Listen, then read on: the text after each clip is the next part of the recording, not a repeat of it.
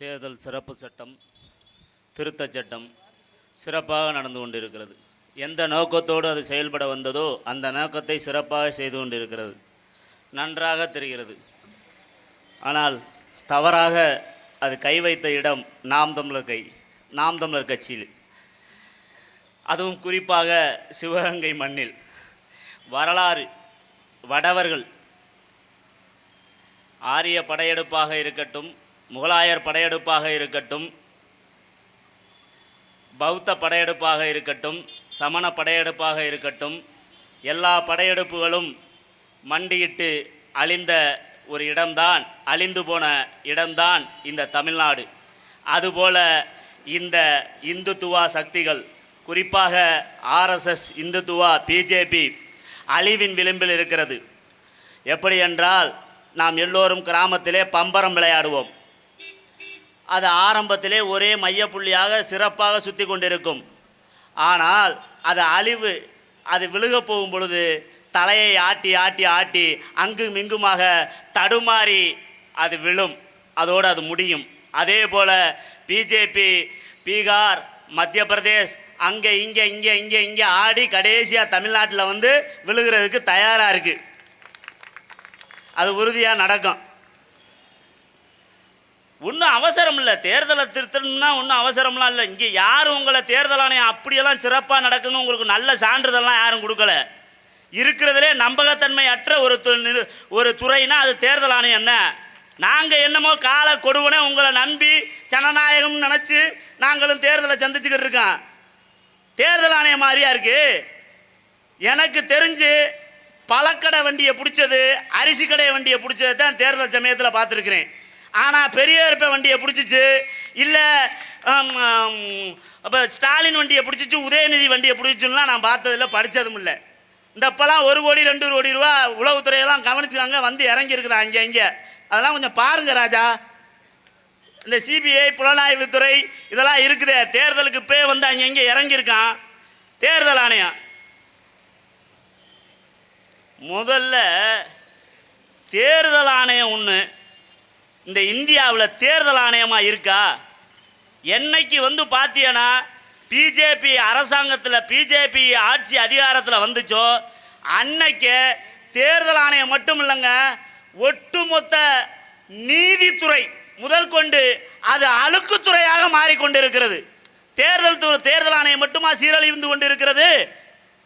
எல்லாமே கவதியாகி கொண்டிருக்கிறது. எனக்கு என்ன, பிஜேபியாவது நேரடியாக வந்து சண்டை போடுறானா, அதை கொண்டாரேன் இதை கொண்டாரேன்னு. ஆனால் நாங்கள் தான் பிஜேபி எதிர்ப்பு, நாங்கள் தான் பிஜேபியை எதிர்க்கிறோம், நாங்கள் எஸ்ஐஆரை எதிர்க்கிறோம்னு மாவட்டம் தோறும் முக்கு குடிகார பயல்களை 10 பேரை வச்சு எதுக்குறோம் எதுக்குறோம் எஸ்ஐஆரை எதுக்குறோம் எதுக்குறோம் எதுக்கு கூட்டியாந்தோம்னே தெரியாமல் வச்சு திமுக எஸ்ஐஆர் எதிர்ப்பு கூட்டம் நடந்துச்சு. கடைசியில் அப்பா கடுமையாக எஸ்ஐஆரை திமுக எதுக்குன்னு நினச்சிட்டு நானும் என்னோட படிவத்தை புல் பண்ணி என் ஊர் பஞ்சாயத்து அலுவலகத்துக்குள்ள நடந்துச்சு. போய் உள்ளே போனால் திமுக கவுன்சிலரு, திமுக வேட்பாளர், திமுக வார்டு கவுன்சிலரு, எல்லா திமுக பிரவரும் உள்ளே தாங்க இருந்தாங்க. என்னடா தேர்தல் ஆணையம் சிறப்பு சட்டத்தை கொண்டு வந்துருச்சா இல்லை திமுக சிறப்பு திருத்த சட்டத்தை கொண்டு வந்துருச்சான்னு எனக்கு குழப்பமாகி போச்சு. என்னையா நீங்களாம் எல்லாரும் உட்காந்துருக்கிறியே, நம்பலாமா அப்படின்னு கேட்டேன். இல்லை எங்கள் வாக்கெல்லாம் காணாமல் போயிருமேனு காவலுக்கு வந்து உட்காந்துருக்குறான் அப்படின்னாங்க. உங்கள் வாக்கெல்லாம் காணாமல் போயிரும்னு காவலுக்கு உட்காந்தது சரி, ஆனால் வர்ற ஆளுக்கு பூரா டீயும் போண்டா வடையும் கொடுத்துக்கிட்டு இருக்கிறீங்களே, என்னடா கணக்கு அப்படின்னு கேட்டேன். அது வர்றவங்கெல்லாம் பசியோடு இருப்பாங்க, அதனால அப்படி செய்கிறோம். ஆடு நனையுதுன்னு ஓனை அழுகுதான். ஏற்கனவே எங்கள் காதில் பெருசாக சுற்றிருக்காங்க. எங்கள் ஊர்லேயும் ஒரு அக்கா, அரசு அதிகாரி, 3/4 பேர் காலையில் இட்லி சாப்பிட்ற அக்கா, அந்த அக்கா செத்து போச்சான். அதுக்கு இவங்க செத்து போச்சுன்னு முதல் நாள் சொல்கிறாங்க, காலையில் அதை அக்கா கிட்ட தான் போய் இட்லி வாங்கி திங்கிறேன், வடை வாங்கி திங்கிறேன். அதெல்லாம் சத்தம் வராமல் முடிச்சுக்கலாம், வெளியே நியூஸ் பரவிடக்கூடாது, அப்படியே உள்ளே வச்சு செஞ்சுக்கலாம். ஐயோ ஐயோ, எனக்கு என்ன பயம்னா இன்னும் எம்பிட்டு பேரை இங்கே கொல்ல காத்திருக்காங்களோ தெரியலை தேர்தல் ஆணையம். இந்த வருவாய்த்துறை இதெல்லாம் வந்து பார்த்தீங்கன்னா இந்த டெத்து சர்டிஃபிகேட் கொடுக்குறதெல்லாம் தயவு செய்து நீங்களாம் தேவையே இல்லை. எங்களுக்கு தேர்தல் ஆணையமே கொடுத்துருது. உங்கள்கிட்ட வேற 1000 ஓபா கொடுத்து, உங்கள்கிட்ட வேற 4 வாட்டி போய் அவரை கையெழுத்து வாங்கிட்டு வா, இவரை கையெழுத்து வாங்கிட்டு வா, இவர் விட்டு ஆதாரை கொண்டுக்கிட்டு வா, இவர் ஆதார்னு சொன்னாங்க. அதை கொண்டாந்து என்னடா எதில் வேணாலும் இணைக்கலாம்னாங்க. அதில் ஏனே, பேங்க்ல ஏனே, போனுல ஏனே, எண்ணத்தில் வேணாலும் என்னன்னாங்க. கடைசியில் தேர்தல் ஆணையத்தில் மட்டும் இந்த சிறப்பு வாக்காளர் மட்டும் இணைக்க செல்லாது. ஐயோ ஐயோ, எங்கே போய் சொல்றதுன்னே தெரியலைங்க. முன்ன போனால் உதைக்குது, பின்ன போனால் இடிக்குது.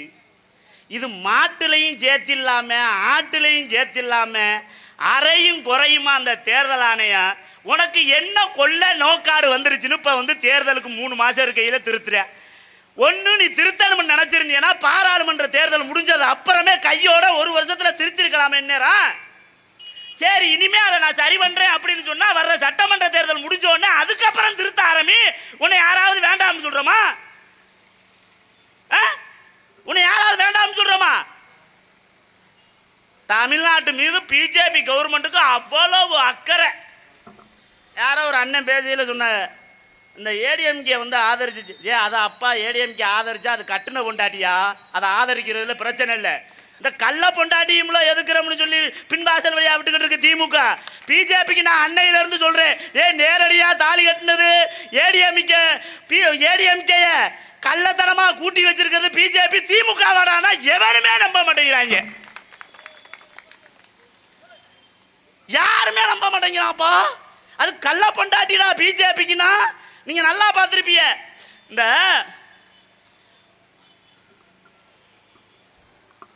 முதலாளி கோச்சுக்குவார்னு உலகத்திலேயே தமிழ்நாடு அரசு நம்ம அம்மா அப்பான்னு சொல்லுவாங்களே ஒருத்தர், அவர் யாரு, ரொம்ப பேரை குடிக்க வச்சு கொண்டவர், அத்தைன்னு ஒருத்தரை சொல்லுவாங்களே, இந்த கனிமொழின்னு ஒன்று இருக்குமாவே, இந்த கனிமொழி. அதுக்கு பார்த்தா திடீர்னு ஒரு நாள் டிவியை பார்க்குறேன், தமிழ்நாட்டிலே விதவைகள் நிறைய பேர் வந்துட்டாங்க, என் மனசு பொறுக்கவில்லை, என் நெஞ்சம் வெடிக்கிறதே அப்படின்னுச்சு. ஒரு நாள் ஒரு மைக்கை சும்மாவாவது அவர் இருந்திருக்கலாம், வாய்க்கிட்ட கொண்டு போய் குடியை பற்றி என்ன நினைக்கிறீன்னு கேட்டோன்னே விதவைகள் நிறையா அன்னைக்கு மூடுனதுதான். அதுக்கப்புறம் ஆக்டிவாக பேட்டி கொடுத்தது கனிமொழியை பார்த்துருக்கீங்களா? போகிற இடம் வர்ற இடம் பூரா நல்லா பேட்டி கொடுத்துருந்துச்சு. பாவி பயக ஒருத்தன் எவனோ மைக்க கொண்டையே இந்த மதுவை பற்றி கேட்டோன்னே அன்னையிலேருந்து கனிமொழி பேசுகிறதே நிப்பாட்டிச்சு. பேசுறது என்ன பேசுறது, இலவை என்ன பேசுறது? அவங்களால என்ன செய்ய முடியும்? மிஞ்சி போனா இருட்டுல ஈர துணியை போட்டு கோழி பிடிக்கிற மாதிரி நம்ம வாக்காளர்களை 500 ரூபாய காசு கொண்டே கொடுத்து 10 மணிக்கு பிறகு போவாங்க திருட மாதிரியே. எங்க ஊர்ல ஒருத்தனுக்கு போன தேர்தலுக்கு நாய் கடிச்சிருச்சு பின்னாடி. என்னடா மாப்பிள்ள ஊசி போட்டு திரியிறான்னு கேட்டா, அடா நம்ம பிரசிடண்ட் காசு கொண்டு என்கிட்ட கொடுக்க செஞ்சாரு, ஊருக்குள்ள இருந்த நாயெல்லாம் ஒன்றும் செய்யல, அது காட்டில் கிடந்த நாயை கண்டு பக்குன்னு பிடிங்கி விட்டுருச்சு மாப்பிள்ள. கரெக்டாக 3 மாதத்துக்கு ஊசியை போட்டுருன்னு சொன்னேன், ஊசியை போட்டு தப்பிச்சிட்டேன். ரொம்ப பேர் திமுக காரன் காசு கொடுக்க போய் நாய் கடி விட்டுருக்கிறேன். இன்னும் பக்கத்து வீட்டில் தவ வந்தான்னு பிடிச்சி கட்டி போட்டு உதச்சிருக்காங்க அவங்க. நீங்களாம் தேர்தலை சந்திக்க போறீங்க. அன்பு மக்களே, நாம் தமிழச்சி எதுக்கு வேணும்னா, இன்னைக்கு நடந்த சம்பவம் திரும்பியம் பைபாஸில் 200 டோல்கேட்டில் விவசாயத்துக்கு பயன்படுத்துகிற டிராக்டர், அதுக்கு கட்டணம் இல்லை தமிழ்நாடு முழுக்க, உலகம் முழுக்க. ஆனால் இங்கே இருக்கிற 200 இருக்க சுங்கச்சாவடியில் 260 ரூபா கட்டணம் வசூல். என் தம்பிதுக போய் காலையில் அந்த டோல்கேட்டை இருக்கணுமா வேண்டாமான்னு கேட்டுட்டு இனிமே காசு வசூல் பண்ண மாட்டோம்னு சொல்லிட்டு வந்திருக்காங்க. ஆனால் காவல்துறை பேருக்கு ஒரு 16 பேர் மேலே பதிஞ்சிட்டு 16 பேர் யாருன்னு தெரியாமல் முழிச்சுக்கிட்டு இந்நேரம் வரை எப்பேர் போட முடியாமல் தடுமாறி தட்டுக்கட்டு தட்டழிஞ்சு சீரழிஞ்சு சின்னாபின்னமாயி முழிபிதிங்கி என்னன்னே தெரியாமல் நின்றுக்கிட்டு இருக்குது. அந்த அளவுக்கு தான் இருக்குது. என்னமோ எப்பயாரை போட்டு இலவை போட்டால் எங்களை என்னமோ காலி பண்ணி போடுற மாதிரி. அதெல்லாம் ஒன்றும் இல்லை.